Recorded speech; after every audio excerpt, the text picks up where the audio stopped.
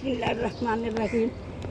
আমার গাছের মধ্যে ধরছে সাত বাগানের গাছের মিষ্টি কুমড়া। এই যে কেটে নিলাম রান্নার জন্য। দেখো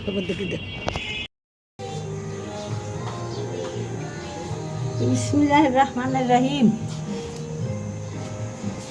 আমি আজকে আবার আসসালামু আলাইকুম। আমি আজকে আবার একটা রেসিপি নিয়ে হাজির হয়ে গেলাম। তো চুলার কড়াই বসাইয়ে দিয়ে তেল দিয়ে দিলাম। থাকেন সাথে আপনারা কী করি দেখেন।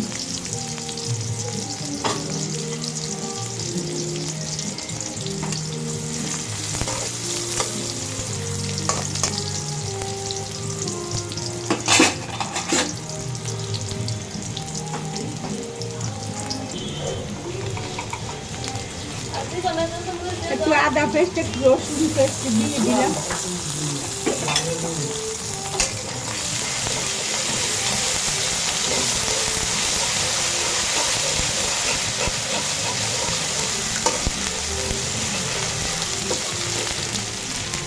হলুদের প্যাকেট,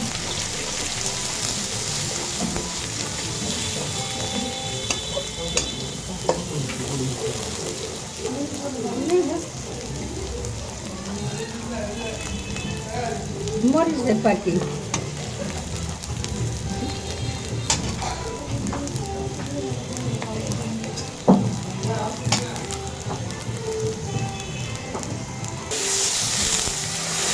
পানি দিয়ে দিলাম। মশলাটি একটু কষে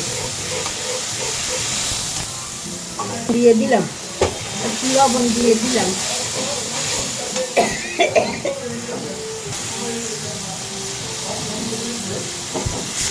আমার রেসিপিটা হলো ইলিশ মাছের মাথা দিয়ে আমার সাত বাগানের মিষ্টি কুমড়া দিয়ে রান্না করবো। সে মাথাগুলা কষাইয়ে নেই।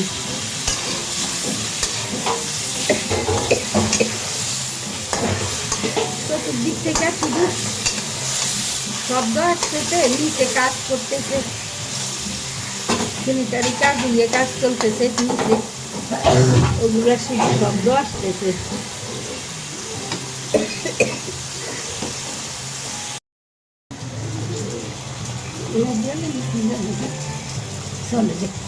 মিষ্টি মাছটুক কষানো হয়ে গেল, তো আমি মিষ্টি কুমড়াটা দিয়ে দিলাম।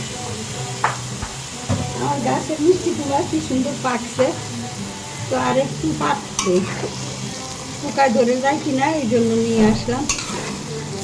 সুন্দর পাকছে। ইলিশ মাছের মাথা দিয়ে রান্না হইতেছে, ওইটা একটু আপনাদের সাথে শেয়ার করলাম। তো থাকের সাথে একটু কষাইয়ে নেই।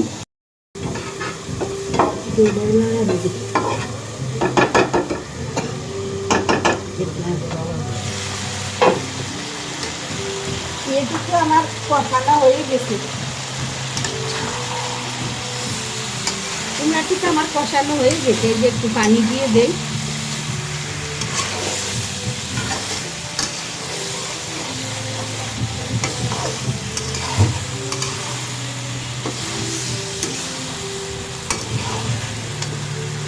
একটু পানি দিয়ে দিলাম।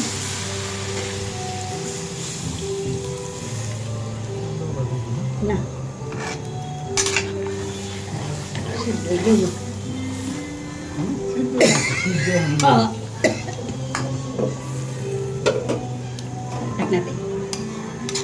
একটু পানি দিয়ে দিলাম, ঢাকনা দিয়ে দেই।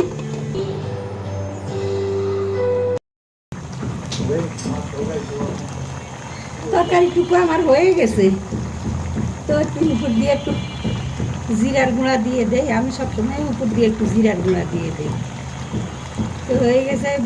জানি না বন্ধুরা আপনারা কেউ এইভাবে পাক করে খান কিনা, তো পাক করে খাইয়ে দেখবেন, আসলে অনেক ভালোই লাগে তরকারিটা। আর যারা খাইছেন তো খাইছেন, একটু জিরার গুঁড়া দিয়ে দিলাম উপর দিয়ে।